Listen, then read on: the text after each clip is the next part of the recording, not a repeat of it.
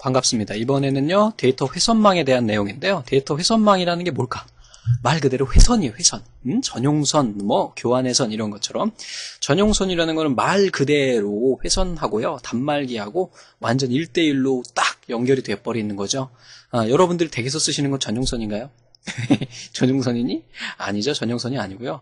여러분들은 이제 교환회선이 됩니다. 그래서 그 아파트 사시는 분들은 지하에 교환기가 있어요. 다양한 여러 사람들이 같이 쓰기 때문에. 그래서 저녁 때 되면 좀 느려지고 그러죠. 요즘은 많이 좋아졌는데, 예전에 한 4, 5년 전만 해도 제가 아파트 그때 살 때 보면 저녁 때 되면 인터넷이 느려져. 왜? 많은 사람들이 그때 인터넷을 쓰기 때문에. 근데 요즘에는 뭐 거의 그렇지는 않은 것 같습니다. 전용회선은 대표적인 게 어느 게 전용회선이냐면 PC방 있죠. 걔네들은 전용회선을 쓰게 돼 있습니다. 속도는 좀 느리더라도. 자, 교환회선은 지금 교환기에 의해서 상호 단말기에 연결되는 일반적으로 가정에 사용하는 인터넷 같은 경우가 교환회선이 되겠습니다. 자, 전용회선에 비해서 속도가 좀 느리고요. 뭐 그런 게 있겠죠. 자, 그럼 회선 구성 방식인데요. 얘네가 이제 단말기하고 서버하고 어떻게 연결하겠느냐는 거예요. 그래서 1대1로 연결하면 점대점이고요. 하나당 여러 개 연결하는 게 다중점이고요. 회선 다중 방식은 뭐 여러 개 단말기를 다중하기를 통해 가지고 앞에서 우리 배운 멀티플렉서를 이용을 해서 중앙 컴퓨터에 연결하는 방식을 회선 다중 방식이라고 이야기합니다. 그래서 다중점 방식은 뭐 다른 말로 멀티 드롭이라고도 하고요. 통신망을 보통 이제 버스로 구성을 해서 사용을 하게 됩니다. 자, 그리고 이제 회선 교환 방식인데요. 자, 회선 교환 방식에는 우리가 이제 대표적으로 이제 회선 교환 방식이라고 이야기하고요. 또 다음에 나오는 이제 축적 교환 방식이 있고, 그 다음에 이제 축적 교환 방식에서 종류가 이렇게 나오게 되는데요. 회선 교환 방식은 뭐라 그럴까, 말 그대로 이제 회선을 이렇게 직접 1대1로 연결하는 그러한 형태가 됩니다. 그래서 음성 전화망과 같이 메시지가 전송되기 전에 발생 지점에서 목적지까지 물리적 통신 회선이 연결돼야 되는 거, 이런 걸 회선 교환 방식이라고 하고요. 일단 통신 경로가 설정되면은요, 데이터 형태, 부호, 전송 제어 절차 등에 의한 제약을 받지가 않고 무조건 보낼 수가 있죠. 고정된 대역폭 전송 방식으로 일정한 데이터 전송률을 제공하므로 두 가입자가 동일한 전송 속도로 운영돼요. 근데 이제 단점은 뭐냐면은 이제 쭉 나오게 될 텐데, 송수신자 간의 실시간 데이터 전송에 적합하고 전송 데이터에 있어서 에러 제어나 흐름 제어는 중간에서 할 수가 없고요. 수신자 쪽에서 해야 됩니다. 이게 핵심이에요. 회선이 접속되더라도 수신 측의 준비 상태가 아니면 데이터 전송이 불가능하고요. 그리고 또 뭐가 있어요? 아주 많은 사람들의 요청을 많은 사람들을 접속할 수가 없겠죠. 많은 단말기를 연결할 수가 없어요. 왜? 그만큼의 회선이 필요하니까요. 그래서 우리가 이제 나오게 된 게, 다음에 나오게 되는 이제 축적 교환 방식이 나오게 되는 거죠. 자, 회선 교환 방식의 두 가지 종류가 있는데요. 공간으로 분할하느냐 아니면 시간을 분할하느냐에 따라서 구분이 됩니다. 그래서 공간 분할 교환 방식에는 다중 접점을 이용을 해서 교환하는 방식이고요. 데이터 전송 시에 필요한 시간이 가장 긴 일반 전화 회선에 이것이 해당합니다. 그래서 해당 시간이 아닌 해당 공간을 완전히 할당을 해버리는 거죠. 자, C분할 교환 방식 같은 경우는 여러 개의 디지털 신호를 C분할, 시간으로 쪼개가지고 다중하는 방식으로 TDM 버스 교환 방식이라든지 타임 슬롯 교환 방식, 시간 다중 교환 방식 등이 여기에 해당합니다. 회선 교환 방식 제어 신호에는요, 이것도 객관식으로 아주 가끔, 감시 제어 신호, 주소 제어 신호, 호 정보 제어, 망 관리 제어, 이런 신호 등이 있다라는 거 알고 계시면 될 것 같습니다. 다음에 이제 중요한 축적 교환 방식이에요. 축적 교환 방식은 뭐냐면, 앞에서 회선 교환 방식은 어떻습니까? 회선을 그냥 한번 설정하고 쭉 보내는 거죠.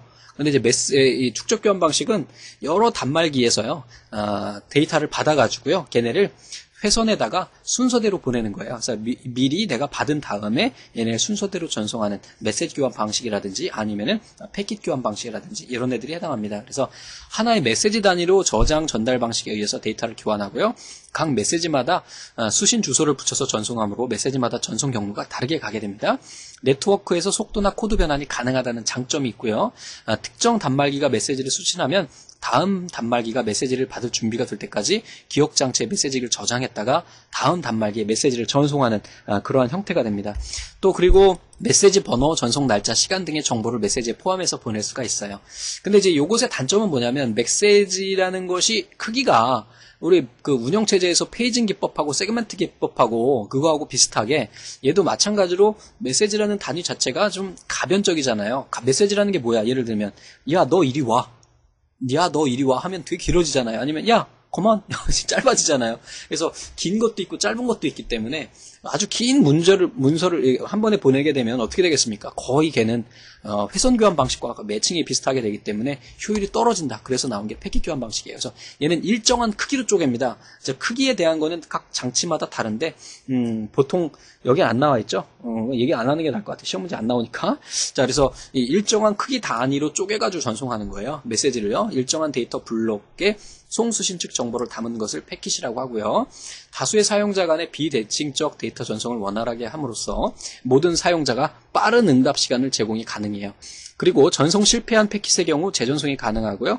패킷 단위로 헤더를 추가함으로 패킷별 오버헤드가 발생할 수가 있고요. 패킷 교환 공중 데이터 통신망 PSDN이라고도 하죠. 앞에서도 배웠었죠. 경로 설정 방식에 따라서 가상 회선과 데이터 그램 방식으로 구분이 되는데요. 이게 아주 자주 나옵니다. 그래서 패킷 교환 방식에 두 가지가 있는데, 가상 회선은 뭐냐면요. 내가 데이터를 보낼 게 있다 그러면은요, 그 목적지까지 가상으로 회선을 미리 설정합니다. 그래서 얘를 호설정이라고 하거든요. 그래서 호설정을 한 다음에 그 다음에 데이터를 줘요. 그 다음에 호를 끊어버리는 이러한 방식을 사용하게 돼요. 대신에 이제 그 회선 라우팅이라고 하는데, 그 라우팅 위치는 굉장히 다양하게 변할 수가 있겠죠. 단말 기간에 논리적 가상 회선을 미리 설정을 해서 데이터를 주고받게 되는 거고요.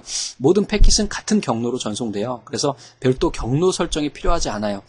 그리고 패킷 전송을 완료하면 접속 종료 클리어 리퀘스트 패킷을 전송해서 호를 단절하는 그러한 단계고요. 데이터그램은 패킷마다 다 다른 주소로 보내는 거예요. 다른 경로로. 그러니까 이것의 이제 특징적인 건 뭐냐? 다 다르게 보내다 보니까 어떻게 해요? 도착하는 순서가 다 틀리게 돼요. 그럼 어떻게 돼? 원래 순서는 A, B, C, D인데 도착은 D, C, B 이렇게 나오게 된단 말이야. 그럼 재조립하는 단계가 필요하게 됩니다. 그래서 이 데이터그램 방식의 가장 단점은 재조립하는 그런 단계가 있다는 거. 그래서 데이터를 패킷 단위로 나눠서 경로에 상관없이 무조건 쏘는 거야. 그죠? 그리고 패킷마다 전송 경로가 다르고요. 네트워크 상황에 따라서 적절한 경로로 전송이 되므로 융통성이 좋아요. 데이터 통신 시 연결 설정 및 연결 해제의 단계가 없이 각 패킷마다 수신처 주소를 기반으로 네트워크 내에서 라우팅되는 패킷 교환 방식이고요. 속도 및 코드 변환이 가능하고 각 패킷 오버헤드가 비트가 필요 없고요. 송신자는 같지만 전송 회선에 다양한 수신되는 패킷 순서가 달라져서 재조립하는 과정이 필요한 그러한 단점이 있겠죠. 자, 패킷 교환망의 기능은 패킷 다중화, 경로 제어, 트래픽 제어, 에러 제어 등을 할 수가 있습니다. 자, 그래서 문제를 한번 풀어보겠습니다. 자, 데이터 교환 방식 중에서 고정 대역 폭이래요. 그럼 뭘까 이거? 너무 쉽다, 그지? 회선 교환망이 되겠죠. 자, 회선 교환망. 다음에 하나의 메시지 단위로 저장 전달이래요. 자, 저장 전달, 스토어 앤 포워드 하는 거 두 가지가 있어요. 자, 메시지 교환하고 패킷 교환이 있는데 얘는 메시지라고 그랬으니까 메시지 교환망이 되겠네요. 문제에 답이 있죠. 자, 패킷 교환 기술의 데이터그램 전송 방식과 가상회선 방식의 차이점으로 옳은 것은 그랬어요.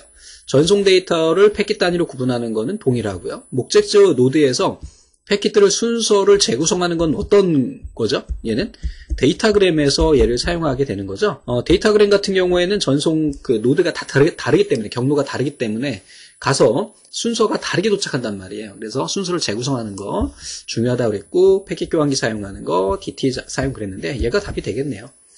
자, 가상회선 패킷 교환에 대한 설명으로 옳지 않은 것은 그랬습니다. 가상회선이라고 그랬어요. 자, 패킷이 전송되기 전에 논리적인 연결 설정이 이루어져야 된다 그랬어요. 가상회선 맞네요.